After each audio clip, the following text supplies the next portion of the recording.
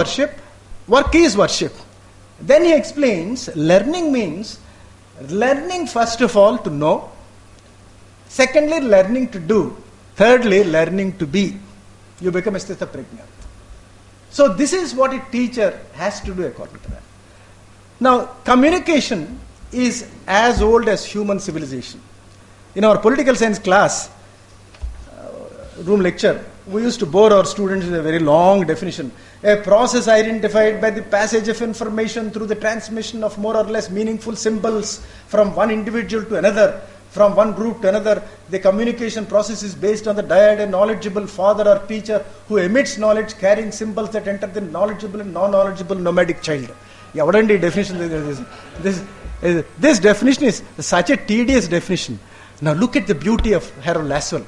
Professor Harold Laswell dismissed this definition and beautifully gave a definition of culture. You know, the definition of Laswell is, look, communication.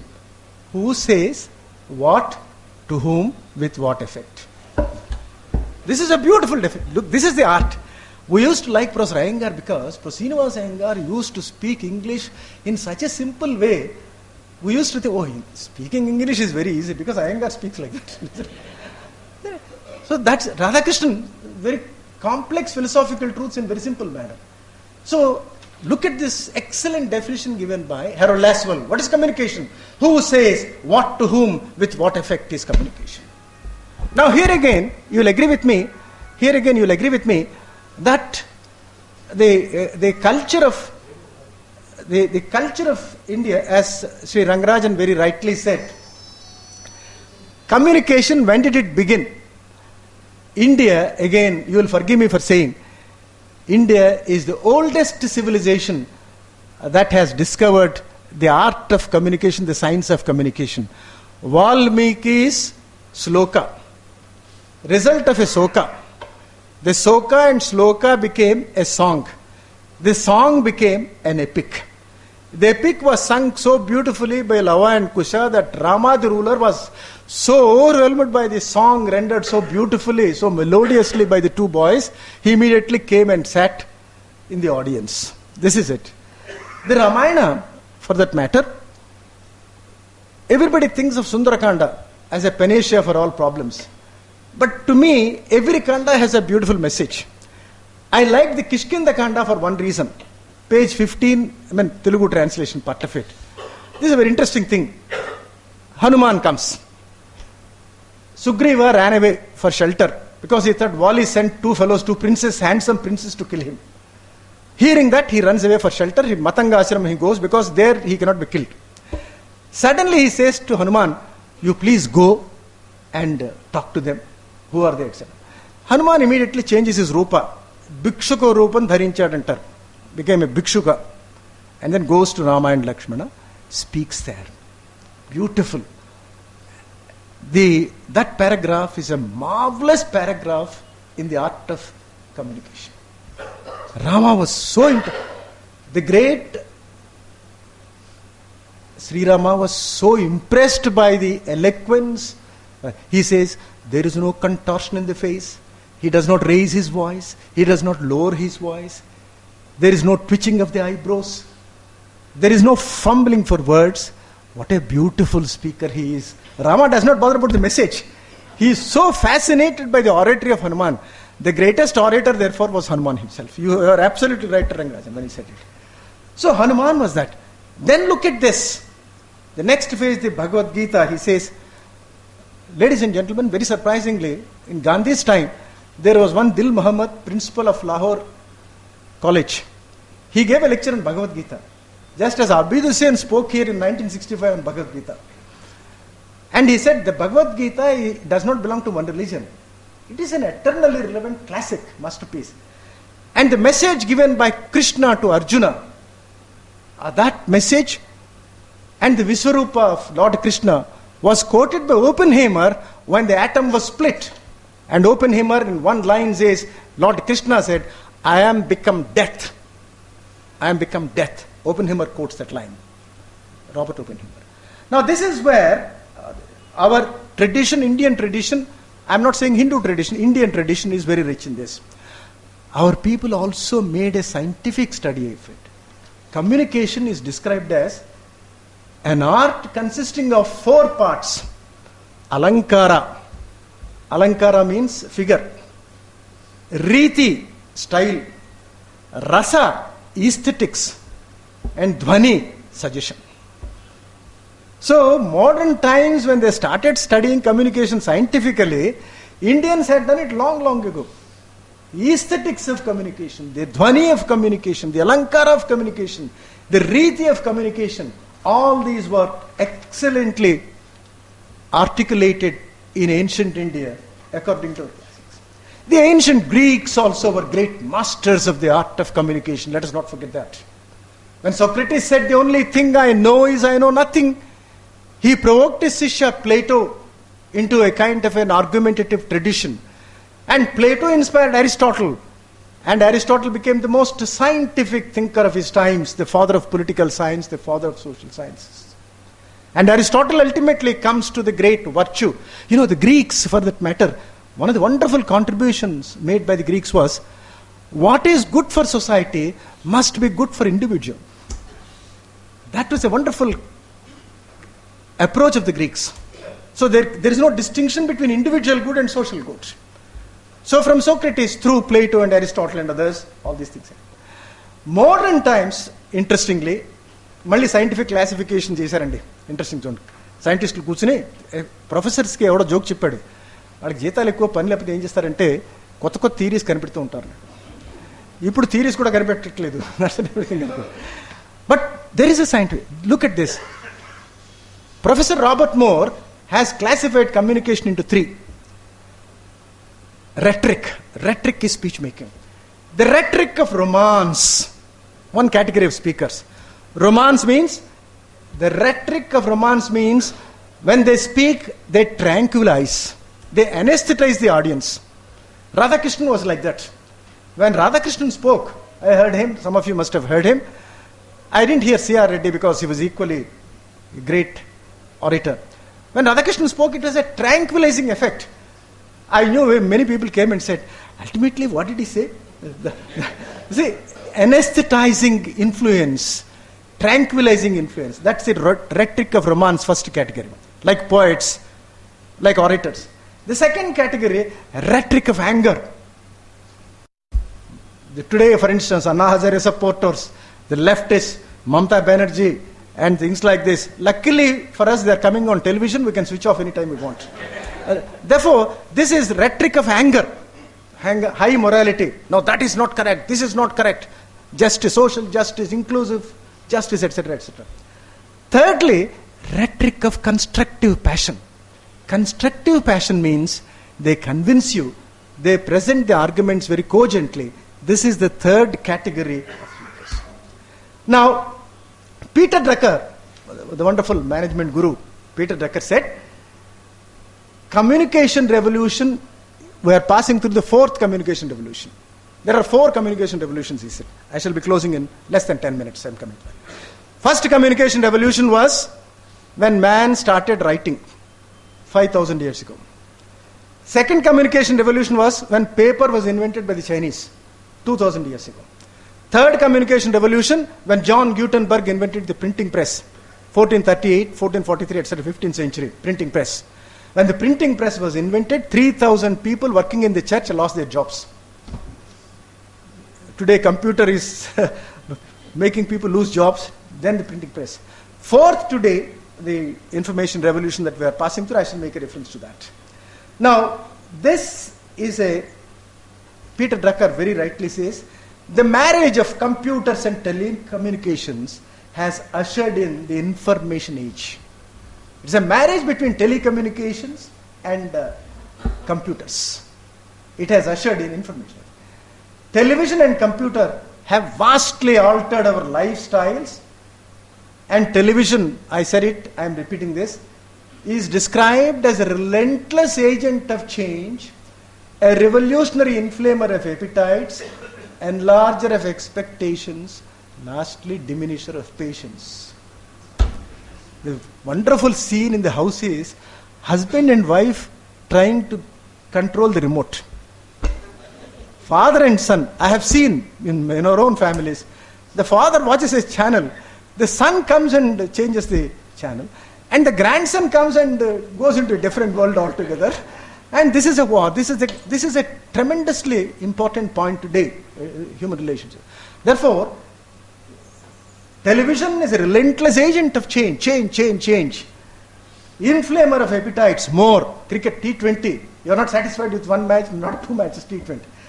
And our Gemini serial, for that matter, they go for every house as a...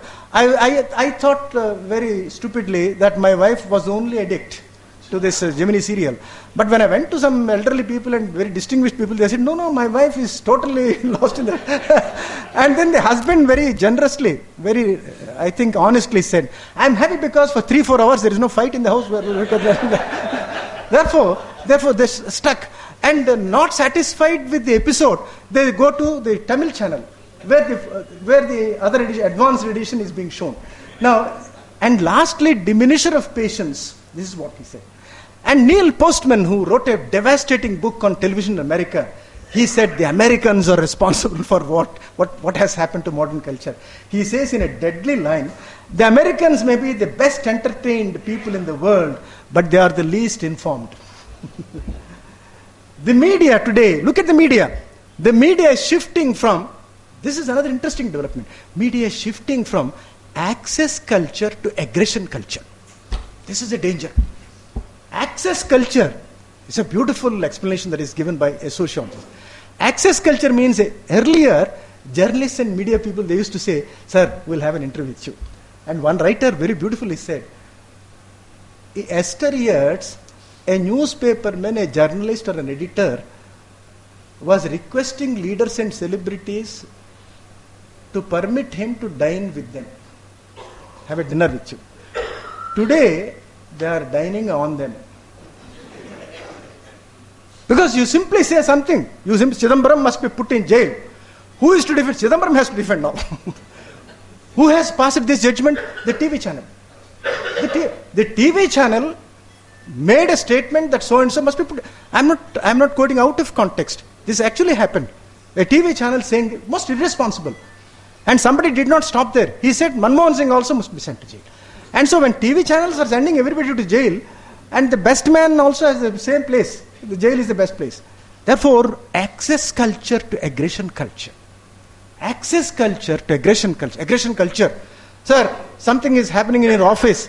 If you don't give an interview, we'll come to your office. Or something much worse. These things are happening. Now, the last part of it. Only a month ago, a brilliant article has come in The Economist. Some of you may have seen it. The title of the article is Too Much Information.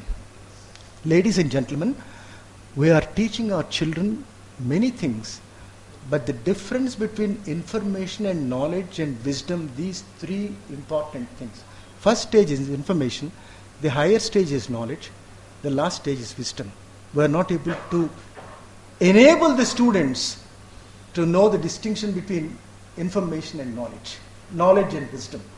And he says, too much of information. You don't know. Information is coming from so many sources. The first important find, this is a scientific study. The first important problem is information overload can make people feel anxious and powerless. Anxious and powerless. Directors for that matter, whether it's NSTL, Andhra University, or any private company or public company, there's so much of information is given to the boss, he has to choose between so many alternatives.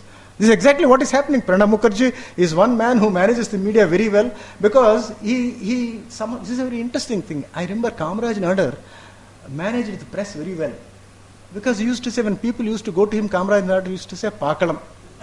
What is Pakalam? Pakalam, we'll see. Pakalam. And Kamaraj Nadar never spoke Hindi. He said he did not know English. It was just a point which I mentioned earlier very interestingly. When Nehru was very nastily asked by the American media in 1949, Mr. Prime Minister, are you with us or are you against us? Nehru's reply was, yes. Again the same question, yes. And the fellow got, no, this is exactly very interesting. Pranab Mukherjee is an expert in this. What Pranab Mukherjee, Bengali accent. And he mumbles. And then he is a very clever man. He is most senior man in the cabinet, senior to Manmohan Singh. Therefore, managing the media. Therefore, please remember, this is a very important. Scientists have discovered the multitaskers produce more stress hormones. Why are people getting heart attacks between 39 and 45? A study was made. Earlier, the danger period was identified as 49 to 55, 10 years ago. Stress period. Today, the stress period is 39 to 45.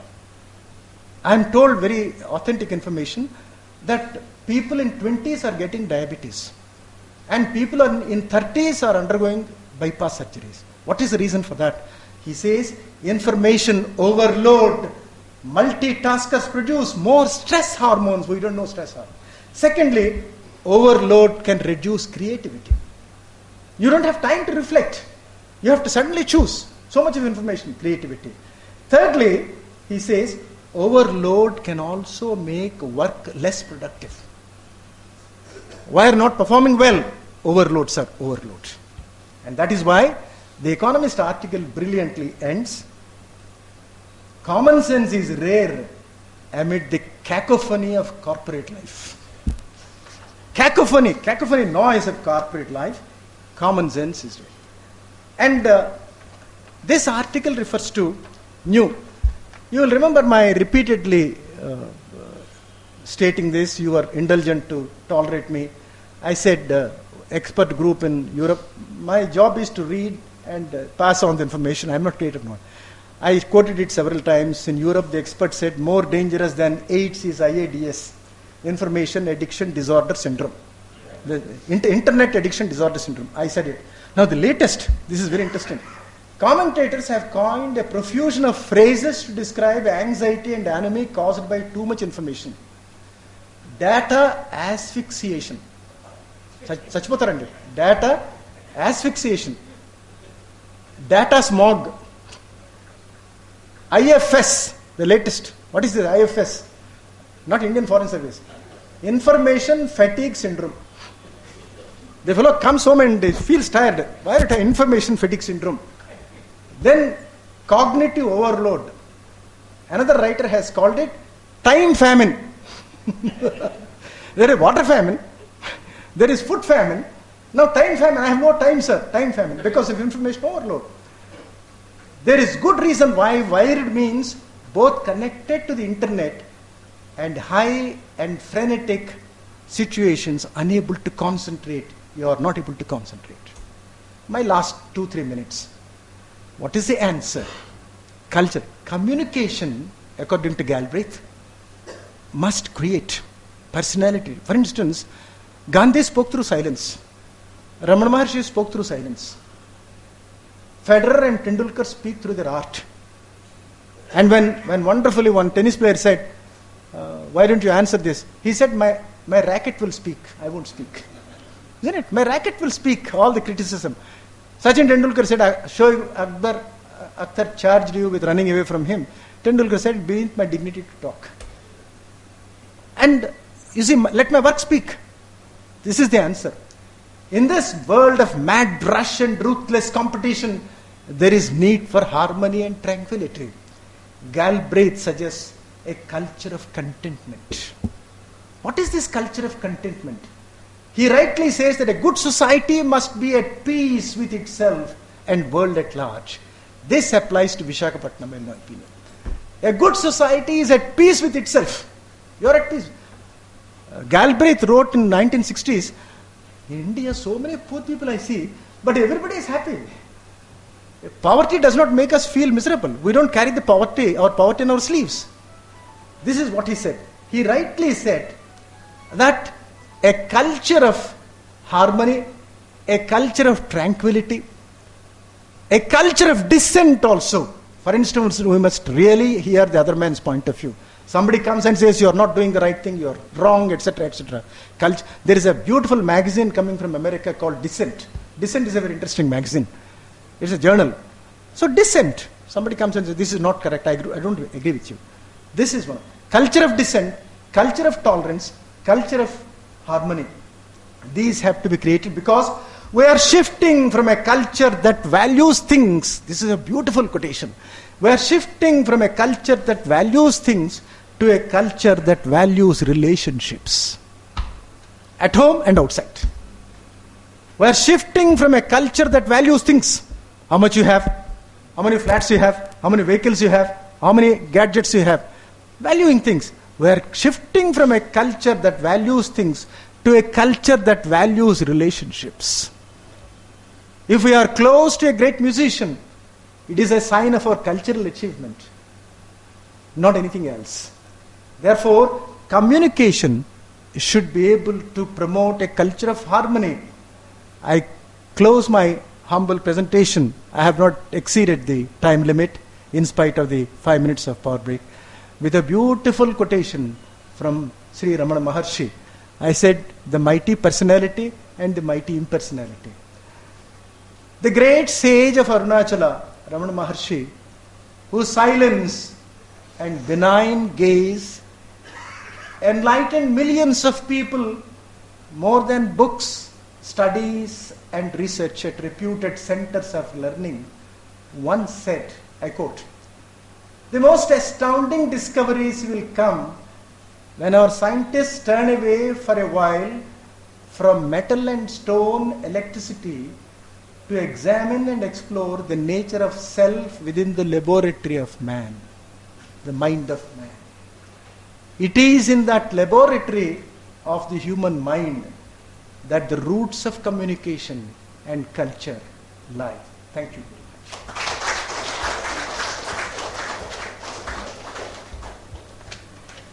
The rhetoric part of it, I'm just... India is poor in rhetoric also today. Because we used to give examples, in political science teaching, while teaching. We used to begin with Churchill, famous lines in war. And when England was on the verge of losing the war, there was a very beautiful story. King George was in difficulty. And the Queen Mother, her two daughters, they were staying in Buckingham Palace, 1940. The Home Secretary went and said, "Madam, Your Majesty, London is going to be bombed. Hitler is going to overrun the country. Kindly flee the country with children." And you know what the Queen said? "Children will not leave the country because their mother won't leave the country. The mother will not leave the country because her husband, the king, will not leave the country. The king will never leave the country." And she refused to go. And during that time, one of the most famous, that was her business, those days, public speaking. Churchill's 4 marvelous lines: "In war, resolution; in defeat, defiance; in victory, magnanimity; in peace, goodwill." The lines of Churchill, we used to say. Rhetoric. Lines that inspired. And when John Kennedy came, he borrowed from Churchill. And you know what John Kennedy said? Churchill mobilized the English language and sent it to the battlefield. What a beautiful battlefield. He won the war because of his language. Those days only the feeble radio, nothing more than that.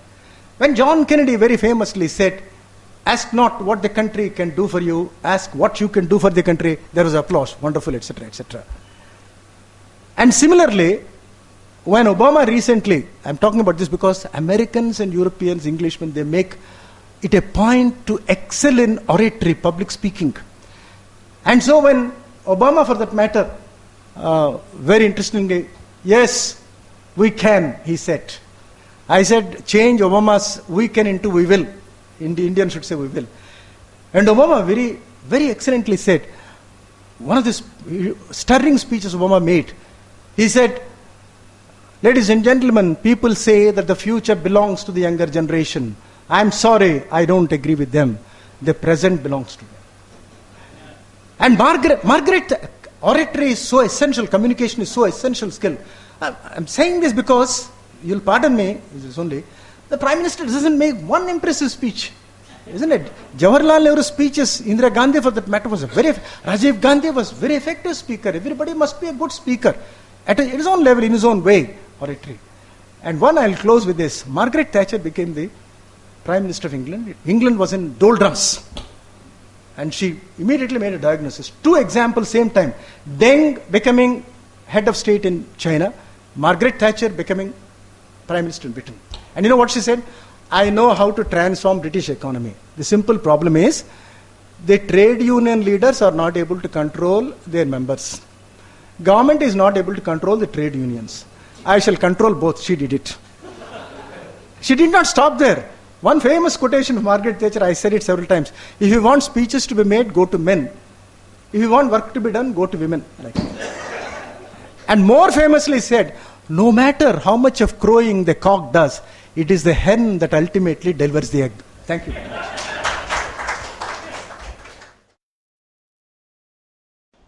Dr. Vijay Kumar, Sri M.S. Srinivas, and esteemed friends. It's an honor to be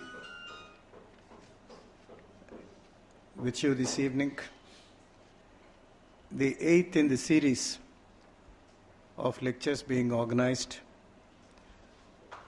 so generously by Dr. Vijay Kumar and Sri Rangarajan. Exactly 1 year ago, on the 28th of December, the program began, the first lecture being on the birth of the Indian National Congress. That was a very important occasion, December 28th, 1885, when 72 members met at Bombay,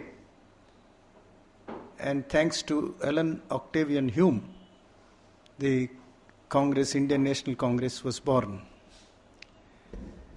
And as I said on that occasion, it was a fascinating epoch in the history of India, because it was founded by an Englishman who very intelligently chose a Hindu, W.C. Banerjee, to preside over the first Congress. The second Congress was presided over by a Parsi, the third by a Muslim, and the fourth by an Englishman. 4 different places: Mumbai, Calcutta, Allahabad, Chennai, Madras. It's a very wonderful occasion. And as I said earlier, the first 20 years, the Congress was run by 4 Muslims, 4 Hindus, 4 Parsis, and 4 Englishmen. I'm mentioning this because the subject today is a very challenging subject. I know my limitations. I'm not claiming any expertise in this.